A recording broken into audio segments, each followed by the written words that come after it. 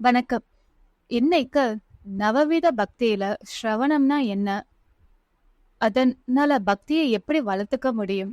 அதற்கான உதாரணங்கள் என்ன? அப்படிங்கறத பத்தி தாங்க இன்னைக்கு நான் உங்ககிட்ட ஷேர் பண்ணிக்க போறேன். ஸ்ரவணம் பகவானுடைய கதைகளையோ நாமங்களையோ கேட்பது. நீங்க நிறைய படங்கள் பார்த்திருப்பீங்க, ஸ்டோரிஸ் கேட்டிருப்பீங்க. நிறைய பக்தர்கள், பாகவதர்கள், ஆழ்வார்கள், ஆச்சாரியர்கள் அவங்களுடைய வாழ்க்கை வரலாறு, அவங்களுடைய அந்த டிவோஷன் ஜேர்னி இது எல்லாமே கேட்டிருப்பீங்க. இந்த மாதிரி ஃபார் எக்ஸாம்பிள் ஹனுமானே வச்சுக்கலாமே.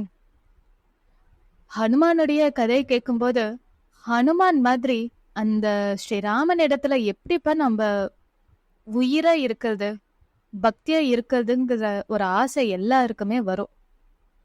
அதே மாதிரி பிரகலாதன் உயிர் போகிற சமயத்திலும் எப்படி அந்த உறுதியா நாராயணனையே முழுசா நம்பி அவருடைய நாமத்தையே சொன்னாரு. அந்த அளவுக்கு பக்தியை நம்மளால வாழ்க்கையில வளர்த்துக்க முடியுமா? இந்த ஆசை எல்லார் மனசுலயுமே இருக்குங்க. இந்த அபரிமிதமான பக்தியோட இருக்கிற பக்தர்களுடைய கதைகளையோ இல்ல புராணத்துல இதிகாசங்கள்ல வர கதைகளையோ வரலாறையோ நம்ம கேட்கும்போது அந்த மாதிரி ஒரு பக்தியை நம்மளால வளர்த்துக்க முடியாதா, நாமள பகவான் இடத்துல அந்த பக்தியை செலுத்த முடியாதாங்கிற ஒரு ஏக்கம், தவிப்பு எல்லார் மனசுலயுமே இருந்துகிட்டு தான் இருக்கு. அந்த பக்திய படிப்படியா வளர்த்துக்கிறதுக்கு தான் இந்த நவவித பக்தி. அதுல முதலாவது தான் ஸ்ரவணம். பகவானுடைய நாமத்தை இல்ல அவருடைய கதைகளை திரும்ப திரும்ப கேட்டுக்கிட்டே இருக்கிறது. இந்த கேட்கறதுங்கிறது சும்மா கேட்கறது இல்லைங்க, கவனிச்சு ஊன்றி கேட்கறது. முழுமையான கவனத்தோட, ஆசையோட, ஆர்வத்தோட அந்த கதைகளை கேட்கறது. இப்ப கிருஷ்ணருடைய கதை அப்படின்னா அந்த ஆர்வத்தோட கேட்கணும். அந்த ஆர்வத்தோட கேட்கும் போது உங்களுடைய மைண்ட் அந்த பிக்சரை பின்னாடி ஓட்டிக்கிட்டே இருக்கும். அதாவது உங்களுக்கு ஆடியோ வர வர உங்களுடைய மைண்ட் வீடியோவை பிளே பண்ணிக்கிட்டே இருக்கும்னு வச்சுக்கோங்களேன். இந்த ஆடியோ வீடியோ ரெண்டுமே சிங்க் ஆகுதும் போது உங்களால அந்த கதைகளை மனசுல ஆழமா பதிய வச்சுக்க முடியும். இதுதான் உண்மை. இன்கேஸ் உங்களுக்கு வெளியில இருந்து ஆடியோ மட்டும் வருது, கதை மட்டும் நீங்க கேட்டுக்கிட்டு இருக்கீங்க, உள்ள எந்த வீடியோவும் சிங்க் ஆகல, உங்களுடைய கவனம் ஃபுல்லா வேற எங்கேயோ இருக்கு அப்படின்னா அந்த கதையினால உங்களுக்கு எந்த பிரயோஜனமும் இல்லைங்க. நீங்க முழுசா அந்த கதைய கவனத்தோட கேட்கலங்கிறது தான் உண்மை. இப்படி பகவானுடைய கதைய திரும்ப திரும்ப கேட்கறதுனால என்ன பலன் அப்படின்னா, உங்களுக்கு அந்த கதைகள் மனசுல ஆழமா பதிஞ்சிடும். மனசுல ஆழமா பதிஞ்சிடுச்சா அப்படின்னா உங்க வாழ்க்கையில நீங்க சந்திக்கக்கூடிய சில பிரச்சனைகள் இல்ல உங்களுடைய நண்பர்களோ உறவினர்களோ ஒரு இக்கட்டான சூழ்நிலையில இருக்கிறாங்க, பிரச்சனை ஃபேஸ் பண்றாங்க அப்படின்னா நீங்க இந்த கதையை உதாரணமா சொல்லி நீங்க அவங்கள ஊக்கப்படுத்தவோ தைரியப்படுத்தவோ கண்டிப்பா முடியும். அதுக்கு எத்தனையோ உதாரணங்கள் இருக்கு. இந்த ஏன்னா நம்மளுடைய வரலாற்றோட நம்ம ஒருத்தருக்கு ஒரு நடந்த விஷயத்த பேஸ் பண்ணி, ஒரு ட்ரூ இன்சிடென்ட்டை பேஸ் பண்ணி ஒருத்தருக்கு அட்வைஸோ ஊக்கமோ கொடுக்குறோம் அப்படின்னா அது அவங்களுடைய மனசுல மிகப்பெரிய இம்பாக்ட கிரியேட் பண்ணும். அவங்க அந்த பிரச்சனை எல்லாத்தையும் விட்டுட்டு ஓகே நம்மளாலேயும் முடியும், நம்மளாலேயும் சாதிக்க முடியும் அப்படின்னு அவங்க எழுந்து அடுத்ததுக்கு மூவ் ஆன் பண்றதுக்கு இந்த கதைகள் கண்டிப்பா ஹெல்ப் பண்ணும். அடுத்து என்ன அப்படின்னா உங்க மனசு பண்படும். பண்படுறதுனா என்ன அப்படின்னா, நம்ம மனசுல பாத்தீங்கன்னா நிறைய ஆசைகள் இருக்கும், நிறைய கோபங்கள் இருக்கும், நிறைய வெறுப்பு இருக்கும், நிறைய தேவையில்லாத சின்ன சின்ன பயங்களும் இருக்கும். இந்த மாதிரி தேவையில்லாத பயம், தேவையில்லாத கோபம், வெறுப்பு இது எல்லாமே பாத்தீங்க அப்படின்னா இந்த கதைகள் கேட்க கேட்க உங்க மனசுல இருந்து அது எல்லாம் விலக ஆரம்பிக்கும். உங்க மனசுக்கு தெளிவு கிடைக்க ஆரம்பிக்கும். உதாரணத்துக்கு பிரகலாதன். ஹிரண்யகசிபு தன் மகன் பிரகலாதனை ரொம்பவே வெறுத்தாரு. ஸ்ரீமன் நாராயணன் இடத்துல அதிகமா பக்தியும் அன்பு வச்சிருக்காருங்கிறதுக்காக. ஏன் அவரை கொல்லவும் முயற்சி பண்ணாரு. ஆனா பிரகலாதனுடைய உண்மையான பக்தி, ஸ்திரமான நம்பிக்கை அவரை ஒவ்வொரு ஆபத்துல இருந்தும் காப்பாத்திக்கிட்டே வந்துச்சு. அது மட்டும் இல்லாம தன் தந்தை தன்னை வெறுக்கிறாருங்கிறதுக்காக பிரகலாதன் தன்னுடைய தந்தைய வெறுக்கவே இல்லை. அவரிடத்துலயும் அன்பு செலுத்தினாரு. இது நாம எந்த காலகட்டத்திலையும் நம்மளை சுத்தி இருக்கிறவங்கள வெறுக்க கூடாதுங்கிறதுக்காகவும், அதே மாதிரி நாம ஒருத்தர் மேல நம்பிக்கை வச்சா முழுசா வைக்கணும், ஸ்திரமா அந்த நம்பிக்கை இருக்கணும் அப்படிங்கிறதுக்கு இந்த பிரகலாதனுடைய கதை தாங்க சிறந்த உதாரணம். அடுத்து ஆஞ்சநேயர். ஆஞ்சநேயர் தன்னுடைய பலம் என்ன அப்படின்னு புரிஞ்சிக்கவே இல்லை. ஏன்னா அவரால் தான் மிகப்பெரிய சமுத்திரத்தை தாண்டி லங்கைக்கு போக முடியும்.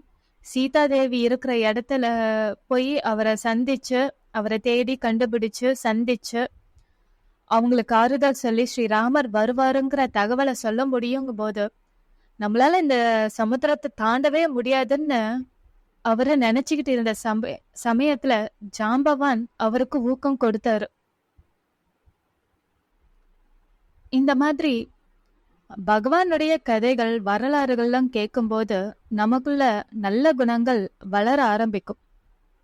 சீதா தேவி கிட்ட இருந்து பொறுமை, ஆஞ்சநேயர்கிட்ட இருந்து பணிவு, ஏகலைவன் கிட்ட இருந்து ஒரு வித்தை கத்துக்கிறதுல காட்ட வேண்டிய ஆர்வம், குரு பக்தி, பிரகலாதன் கிட்ட இருந்து ஸ்திரமான பக்தி, எந்த ஒரு சூழ்நிலையிலையும் பக்தியை கைவிடவே கூடாது. அதை எதிர்த்து நிக்கிறவங்க தனக்கு நெருக்கமானவங்களா இருந்தாலும் சரி அப்படின்னு. நிறைய ஆழ்வார்கள், ஆச்சாரியர்கள் அவங்கள ரொம்ப கஷ்டப்பட்டிருக்காங்க. அந்த பக்திய எந்த சூழ்நிலையிலையும் அவங்க கைவிடவே இல்லை. இந்த மாதிரி கதைகள் கேட்க கேட்க நமக்கு நாம கற்பனையே செஞ்சு பார்க்க முடியாத பல நற்குணங்களை நாம இந்த கதைகள்ல இருந்தாதான் கேட்டு தெரிஞ்சுக்க முடியும். அத முழுசா உள்வாங்கி நம்மளுடைய வாழ்க்கையிலையும் கடைபிடிக்க முடியும். ஸ்ரீராமன் கூட சீதாதேவி காட்டுல இருந்தப்போ ஸ்ரீராமன் சீதாதேவியின் மடியில படுத்து தூங்கிக்கிட்டு இருக்காரு.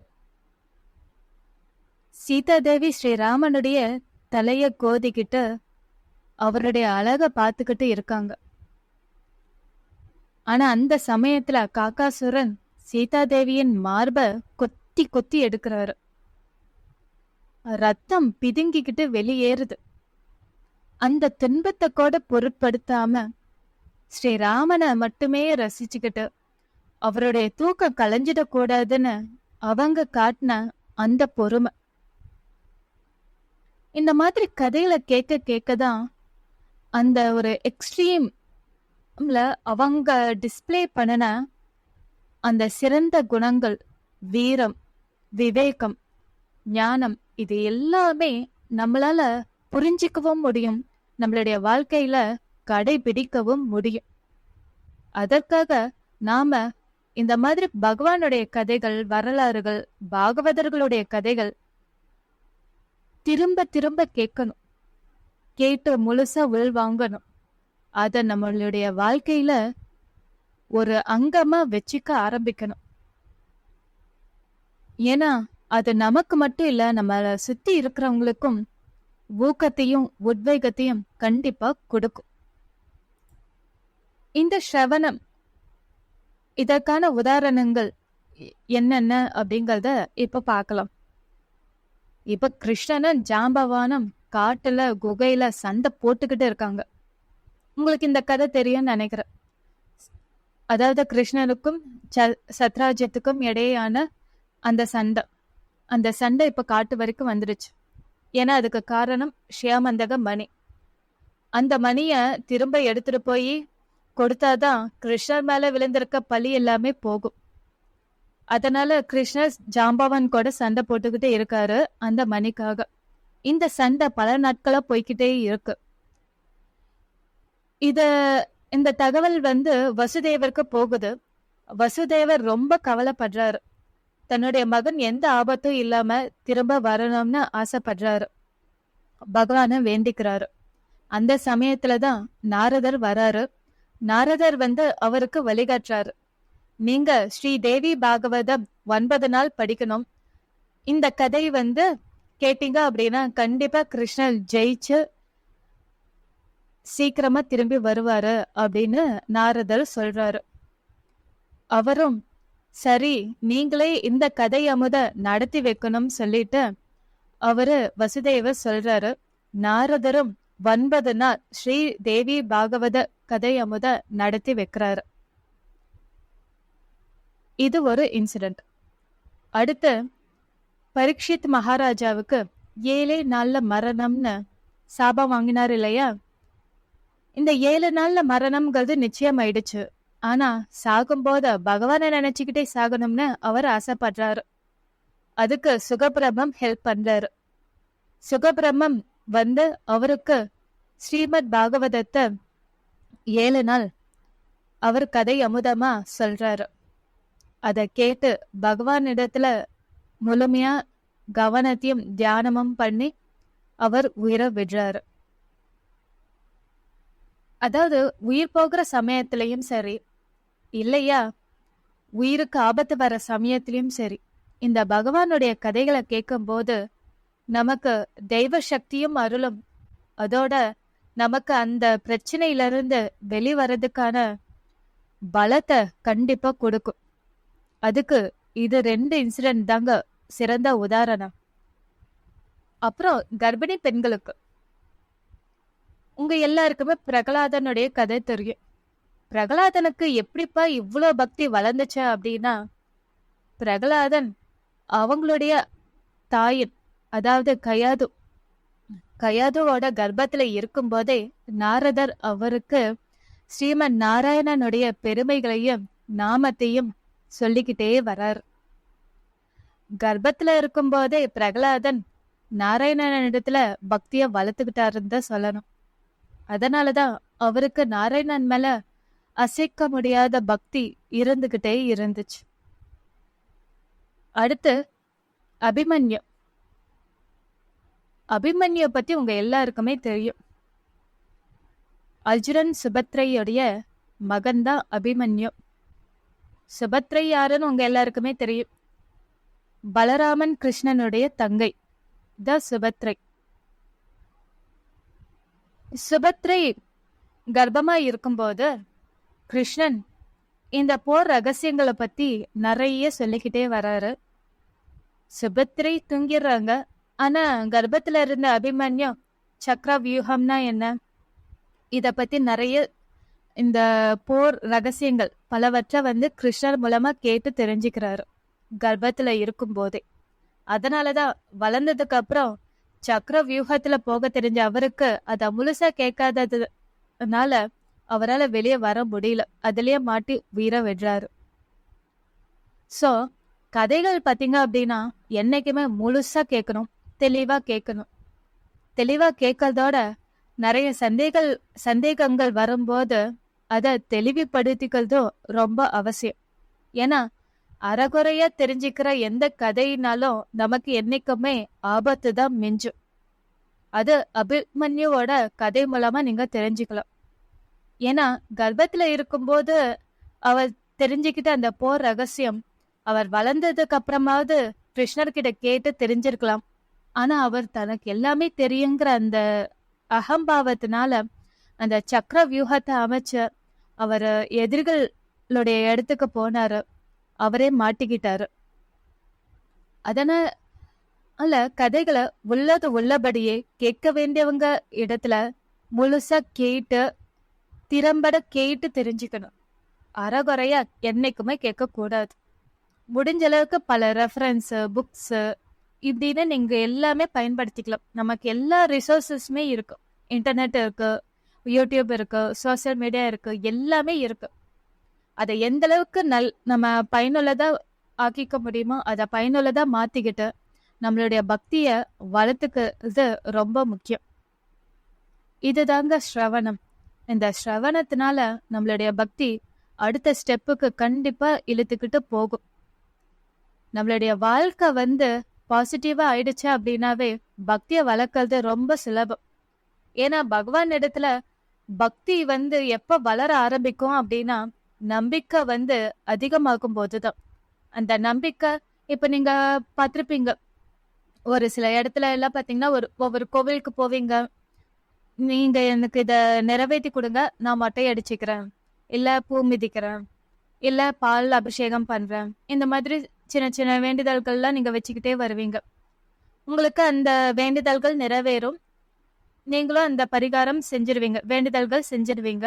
அப்ப என்ன ஆகும், உங்களுக்கும் அந்த தெய்வத்துக்குமான அந்த பாண்டிங் இன்க்ரீஸ் ஆகும். நம்பிக்கை அதிகமாகும். என்னுடைய வேண்டுதலை இந்த தெய்வம் நிறைவேற்றிடுச்சு, என் உயிரை காப்பாத்திடுச்சு, எனக்கு பிடிச்சவங்களுடைய உயிரை காப்பாத்திடுச்சு, அந்த பிரச்சனையில இருந்து வெளியே கொண்டு வந்துடுச்சு அப்படிங்கும் போது உங்களுக்கு அந்த நம்பிக்கை வளர ஆரம்பிக்கும். அந்த நம்பிக்கை வளர ஆரம்பிச்சதும் நீங்க என்ன பண்ணணும்னா அவங்கள பத்தி நிறைய கேட்டு தெரிஞ்சுக்கணும், அந்த கதைகளை கேட்கணும். அப்பதான் அந்த நம்பிக்கை இன்னும் ஸ்ட்ராங்கா வளரும். ஏன்னா அதாவது லாங் லாஸ்டிங் ரிலேஷன்ஷிப்னு சொல்ற மாதிரி தான் நமக்கும் அந்த பகவானுக்குமான ரிலேஷன்ஷிப் நீங்க நீடிச்சு வளர்த்தணும் அப்படின்னா அவங்களுடைய கதைகள், அவங்களுடைய மிராக்கிள்ஸ், இல்ல அவங்களுடைய பக்தர்களுடைய கதைகள், இதெல்லாம் நீங்க கேட்டுக்கிட்டே இருக்கணும். கேட்டு கேட்டு உங்களுடைய லைஃப்ல அப்ளை பண்ணிக்கிட்டே இருக்கணும். அதோட அது மூலமா நீங்க கத்துக்கிட்ட நல்ல விஷயங்கள், நல்ல குணங்கள், அதெல்லாம் என்னன்ட்டு அதை உங்க மனசுல வளர்த்துக்கவும் ஆரம்பிக்கணும். வாழ்க்கையில கடைபிடிக்கணும். கடைபிடிக்க பிடிக்க உங்க லைஃப் பாசிட்டிவா நல்லாவே இருக்கும். ஸோ இதுதாங்க இன்னைக்கு இந்த ஸ்ரவணத்துடைய கதையே. நீங்களும் நிறைய பகவானுடைய கதைகளை கேளுங்க. உங்களுக்கு பிடிச்ச தெய்வம் ஏதோ அவங்கள பத்தின கதைய கேட்டுக்கிட்டே இருங்க. கேட்க கேட்க உங்களுடைய மனசும் பண்படும், உங்க வாழ்க்கையும் சிறப்பா மாறும். தேங்க்யூ.